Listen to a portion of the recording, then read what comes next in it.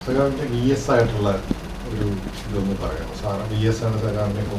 S ആണ് എന്നെ നേതൃത്വത്തിലേക്ക് കണ്ടുപിടിച്ചത്. ആദ്യം സി എച്ച് കണാരനാണ്.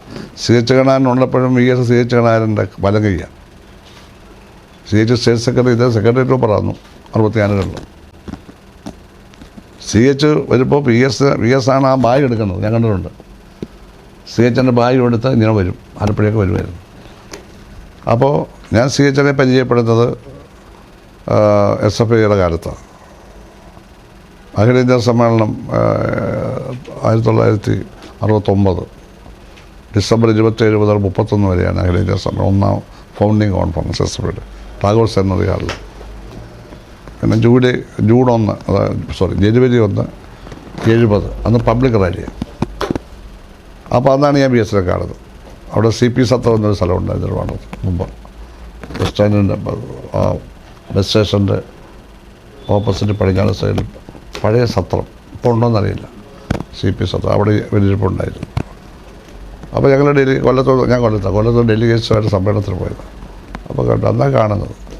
പിന്നെ അദ്ദേഹം MLA ഞാനവിടെ MLA കോടതി 25 EMSൻ്റെ മുറിയാണ് എനിക്ക് അലോട്ട് ചെയ്ത് താമസിക്കുക. അപ്പോൾ ES പോയി കാണാം. അങ്ങനെ അവിടെ പോയി.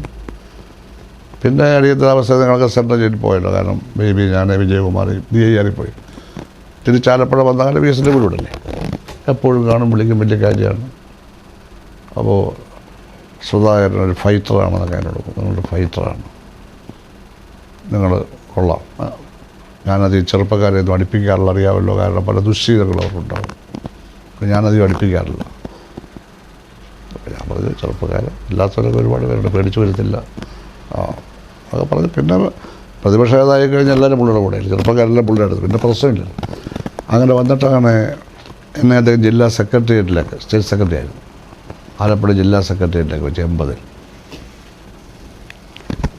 അന്ന് S. രാമേന്ദ്രൻ ജില്ലാ സെക്രട്ടറിയാണ്. ജില്ലാ സെക്രട്ടേറിയറ്റിലേക്ക് വെച്ചതോടൊപ്പം തന്നെ എന്നെ കുട്ടനാട് താലൂക്ക് സെക്രട്ടറിയായിട്ട് കൊണ്ടയച്ചു. താലൂക്കാണ് മൊത്തം, ഇന്ന് 2 ഏരിയ. അപ്പോൾ അവിടെ ഒരു ഓഫീസുണ്ട് മങ്ങൊമ്പിൽ, ചെത്തുവലാരുണ്ട് ഓഫീസർ, സ്വന്തം ഓഫീസർ. അവിടെ താമസിച്ചുണ്ട് 3 വർഷം. ഞങ്ങൾ അവിടെ തന്നെ താമസിക്കുകയായിരുന്നു. അവിടെ താമസിക്കുമ്പോഴാണ് വിവാഹമൊക്കെ കാണുന്നത്. 82 ഏപ്രിൽ 25 എൻ്റെ വിവാഹം. അത് BS നടത്തിത്തന്നു. BS ജ്യേഷ്ഠനെടുത്ത് എൻ്റെ തന്നു, അല്ല BSൻ്റെ കൊടുത്തു. BS അത് തന്നു, താലിമാൻ. അങ്ങനെയാണത്.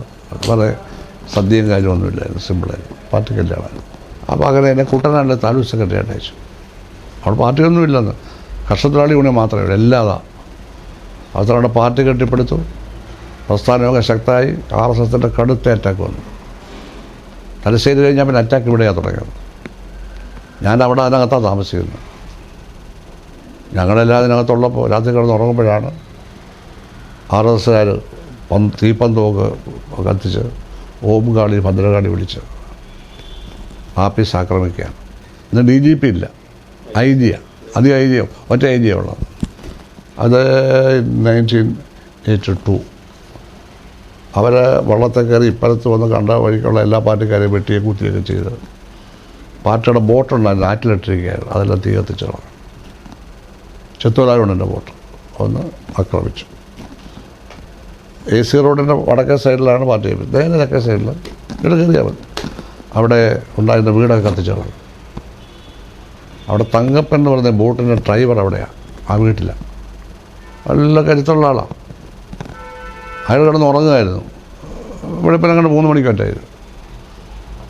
അയാൾ ഇറങ്ങി ഓടിയപ്പോൾ ഒരു പുറകെ ഓടി. അപ്പോൾ ഈ തെങ്ങ് അവിടെ ഞങ്ങൾ ചാഞ്ഞ് കിടക്കും. അയാൾ തട്ടി ഇയാൾ താഴെ വീണു. ഒറ്റ വീട്ടിൽ തലയിഞ്ഞെടുത്തു. ഇത് തലയിഞ്ഞാൽ പിടിച്ചു. ജാഥയായി. രാത്രിയല്ലേ, മങ്ങമ്മ പാലത്തെ കൊണ്ടുവച്ചു. രാവിലെ നോക്കുമ്പോൾ തങ്കപ്പൻ്റെ തലയാണ് കാണുന്നത്. ആദ്യം ആരുടെ തലയാണെന്നറിയില്ല. വലിയ സംഭവമില്ലേ എന്ന്. അപ്പോൾ EMS ഒക്കെ അടുത്ത ദിവസം വന്നു. EMS വന്നു. കൂടെ ആരാ വന്നത്? PK വാസുദേവൻ. 2 പേരോട് വന്നു. കാര്യങ്ങളൊക്കെ അവരോട് പറഞ്ഞു. അവിടെയെല്ലാം 147 ആഫീസ് പ്രവർത്തിക്കാനൊക്കെ അതൊന്നും രാമങ്കരി പോയൊരു വീട്ടിൽ പാർട്ടി സ്ഥലം ഉണ്ടായിരുന്നു, ഒരു സോമനാഥ്. ആ വീട്ടിൽ 6 മാസം പ്രവർത്തിച്ചു. ഞങ്ങൾ തിരിച്ചു വന്നു. എന്നിട്ട് ഈ തല വെട്ടിയെടുത്ത് നേതൃത്വം കൊടുത്ത വിശ്വംഭരൻ എന്നൊരാളാണ്, പാർട്ടി ഓഫീസിനോട് ചേർന്ന് താമസിക്കുക. അയാൾ മങ്ങൊമ്പ് മഠത്തിൻ്റെ RSS ആയാണ്. അയാളൊരു പാവപ്പെട്ട മനുഷ്യനായിരുന്നു. അവസരം അവിടെ താമസിക്കാനൊക്കെ അത് വന്ന് അയാളുടെ വീടും കാര്യമെല്ലാം അത് നമുക്ക് വിറ്റു. പഴയ ആഫീസ് പൊളി നമ്മുടെ പുതിയ ആഫീസ് ഞാൻ പണി EMS വന്ന് ഉദ്ഘാടനം ചെയ്തു. ആഫീസ് അപ്പോൾ അവിടെ നിൽക്കുന്നു. ഇപ്പോൾ 44 വർഷം. ഇപ്പോൾ ഓഫീസ് പഴയതായി, കാരണം വെള്ളമല്ലേ താഴെ. നീ അത് വേണേൽ പൊളിച്ചു പണി. ഇതിനൊക്കെയുള്ള ചരിത്രമാണ് BJP എതിരായ ഫൈറ്റിൽ. ഞങ്ങളാരുടെ നിലയൊന്നും നടക്കാൻ പോയില്ല. അത് പല കാര്യം. VS ആണ് എന്നെ അങ്ങോട്ട് അയച്ചത്. അതാ ഞാൻ പറഞ്ഞത്. ഇതിനൊക്കെ ഒരു ആവേശം എന്ന് പറഞ്ഞ VS ആണ്. അത് കഴിഞ്ഞ് ഞാൻ എൻ്റെ സിൻഡിക്കേറ്റിലേക്ക്, അദ്ദേഹം കേരള യൂണിവേഴ്സിറ്റി സിൻഡിക്കേറ്റിലേക്ക് 12 വർഷം ഞാൻ അവിടെ എടുത്തു. അത് കഴിഞ്ഞ് എൻ്റെ കാർഷിക സർവകലാശാല എക്സിക്യൂട്ടീവ് കമ്മിറ്റി എടുത്തു. ആലപ്പുഴ നഗരസഭയെ മത്സരിപ്പിച്ചു, ചെയർമാനാകാൻ വേണ്ടിയാണ്. പക്ഷേ ഭൂരിപക്ഷം കിട്ടില്ല തവണ. പ്രതിപക്ഷ നേതാവായി. അമ്പലപ്പുഴ മത്സരിച്ച് 127 രാജ്യം തോറ്റു. പിന്നെ ഞാൻ ഇപ്പോൾ VS ഉണ്ട്, അവിടെയുണ്ട്. മുഖ്യമന്ത്രിയായ ആ ഇലക്ഷനിലാണ് അമ്പലപ്പുഴയിൽ നിന്ന് ജയിച്ച് ഞാൻ മിനിസ്റ്ററായത്. പിന്നെ നമ്മുടെ VSൻ്റെ ഗവൺമെൻറ്റിന് 68 സീറ്റേ കിട്ടിയുള്ളൂ. 69, 3 സീറ്റിൻ്റെ കുറവുണ്ട്, 72 അപ്പോൾ ഗവൺമെൻറ് ഉണ്ടാക്കണം. അപ്പോൾ ഞങ്ങളുടെ റിവ്യൂണ് 15 സീറ്റ് ജയിക്കേണ്ടത് പോയി എന്നാണ്. അപ്രതീക്ഷിതമായ കുറേ സീറ്റ് കിട്ടിയെങ്കിലും 15 സീറ്റ് 15 സീറ്റ് ജയിക്കേണ്ടത് പോയി. ഈ പറയുന്ന നടക്കും അങ്ങനെ പോയത്. അതൊരു മൊത്തം ജാഗ്രത കുറവ് സംഭവിച്ചു. അല്ലെങ്കിൽ അധികാരത്തിൽ വന്നതിന് ആ ഗവൺമെൻറ്റിൻ്റെ പേരിൽ പൊതുവെ നല്ല അഭിപ്രായമൊക്കെ ഉണ്ടായിരുന്നു. അത് കഴിഞ്ഞൊരിക്കൽ പ്രതിപക്ഷത്ത് 5 വർഷം ഇരുന്ന് ഞാനുണ്ടായിരുന്നു. പിന്നെ പിണറായി സാർ വന്നു, അത് മിനിസ്റ്ററാക്കി. കടുത്ത വകുപ്പുകൾ, ഏറ്റവും കൂടുതൽ അഴിമതി കിടക്കുന്ന 2 വകുപ്പ്, രജിസ്ട്രേഷനും അതുപോലെ തന്നെ പിണറായി സാർ അറിഞ്ഞുകൊണ്ട് തന്നെ എനിക്ക് തന്നതാണ്. ദേവസ്വം അഴിമതി വകുപ്പല്ലേ ദേവസ്വം. അപ്പോൾ അത് അദ്ദേഹത്തിൻ്റെ വിശ്വാസം ഞാൻ കാത്തു സൂക്ഷിച്ചു. കക്ഷി രാഷ്ട്രീയ വ്യത്യാസമില്ലാതെ എല്ലാ മണ്ഡലങ്ങളെയും വികസിപ്പിച്ചു. ഒരിടത്ത് മാത്രമല്ല, പ്രതിപക്ഷമെന്നോ ഭരണകക്ഷി വ്യത്യാസമില്ലാതെ.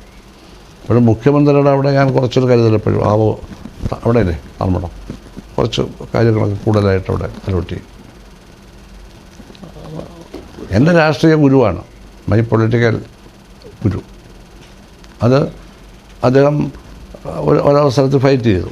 കാരണം പാർട്ടിക്ക് വേണ്ടിയാണ്. സ്വന്തമായിട്ട് പാർട്ടി എന്നുള്ള തരത്തിലാണ് ഫൈറ്റ്. പാർട്ടി സ്റ്റേറ്റ് കമ്മിറ്റിയോടൊപ്പമേ ഞാൻ നിന്നിട്ടുള്ളൂ. സ്റ്റേറ്റ് കമ്മിറ്റിയുടെ നയം എന്താണ് അവിടെ തന്നെ നിന്നത്. അത് ആര് സെക്രട്ടറി ആയാലും അത് തന്നെയാണ് അങ്ങനെ ഫൈറ്റ് ചെയ്തത്. വിഭാഗീയത എന്ന് പറഞ്ഞ ഉൾപാർട്ടി ഫൈറ്റ് അത് VS ലീഡ് ചെയ്യുന്ന സമയത്ത് ചില സമയത്ത് അങ്ങ് കൂടെ നിന്നിട്ടുണ്ട്, ചില സമയത്ത് മാറി നിന്നിട്ടുണ്ട്. അത് എന്തുകൊണ്ടാണെന്നാണ്? അല്ല, മാറി നിന്നിട്ടുണ്ടെങ്കിൽ എന്തെങ്കിലും നയപരിപാടിയിലുള്ള വ്യത്യാസമായിരുന്നു, അങ്ങനെയുള്ള ഇഷ്യൂ ആയിരുന്നു. VS ആ സമയത്ത് തെറ്റായിരുന്നു തോന്നിയിട്ടാണ്? VS തെറ്റാണെന്നല്ല, എന്നൊന്നും അതിന് അർത്ഥമില്ല. അത് നമുക്കങ്ങനെ ഓൺ ചെയ്ത് മുമ്പിൽ നിൽക്കേണ്ടതായിട്ടുള്ളൊരു കാര്യമായി അത് തോന്നുന്നു കാണുന്നുണ്ട്. അത് തന്നെ, വേറെ പ്രശ്നമൊന്നുമില്ല. ഏത് സമയത്തും പാർട്ടിയുടെ നയത്തിൻ്റെയും പരിപാടി അടിസ്ഥാനത്തിലുള്ള സമീപനമുള്ളപ്പോഴെല്ലാം പരസ്യമായിട്ട് തന്നെ, അല്ലപ്പം മണ്ടത്തിൻ്റെ അത്രയേ ഉള്ളൂ. സഹകരിച്ചില്ല അത് പിന്നെ ഭാവിയിൽ ശരിയാൻ തെളിഞ്ഞു. പിന്നെ അത് പിന്നെ ശരിയാൻ തെളിഞ്ഞിട്ടുണ്ട്. അതുകൊണ്ടല്ലേ ഞാനല്ലേ അങ്ങനെ ഇവിടെ എനിക്കെന്താ കുടുംബമഹിമല്ലോ ഉണ്ടോ? കുടുംബമഹിമയുള്ളത് തന്നെ സാധാരണ കുടുംബമല്ലേ. വീട്ടിൽ രാഷ്ട്രീയ നേതാക്കന്മാർ ആരുമില്ല കൈപിടിച്ച് ചേർത്താൽ. എൻ്റെ പ്രവർത്തനം കൊണ്ടും അത് പാർട്ടി നേതൃത്വവും ജനങ്ങളും അംഗീകരിച്ചതുകൊണ്ടും പക്ഷേ സാധാരണ സഹകരണം. പിന്നെ മിനിസ്റ്ററായ ശേഷം സാധാരണ ജനങ്ങളും കേരളത്തിൽ എവിടെ പോയാലും ആൾക്കാർക്കറിയാം, നല്ലതേ പറയുള്ളൂ. അത് മതി. കാര്യമായിട്ടുണ്ട്. റിയലി ഫീൽ ചെയ്യുന്നുണ്ട്.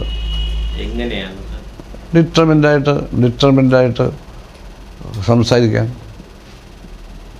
ശക്തമായി വർഗീയതക്കെതിരായിട്ട് സംസാരിക്കാനും പോരാടാനും, അതേപോലെ ശബ്ദവും ആഹ്വാനവും ഒക്കെ ഇമിറ്റേറ്റ് ചെയ്യാൻ നമുക്ക് പറ്റത്തില്ലല്ലോ. അത് ഇതല്ലേ, തീർച്ചയായിട്ടും ഉണ്ട്. പക്ഷേ ഇതിപ്പോൾ മനുഷ്യരല്ലേ, 100 വയസ്സ് കഴിഞ്ഞില്ലേ. ഇനിയിപ്പോൾ നമ്മളത് പഴയ പോലെ വരുമെന്ന് പ്രതീക്ഷിക്കാമെന്നാലത് ഇപ്പം അദ്ദേഹം സംസാരിക്കാൻ പ്രയാസമാണ്.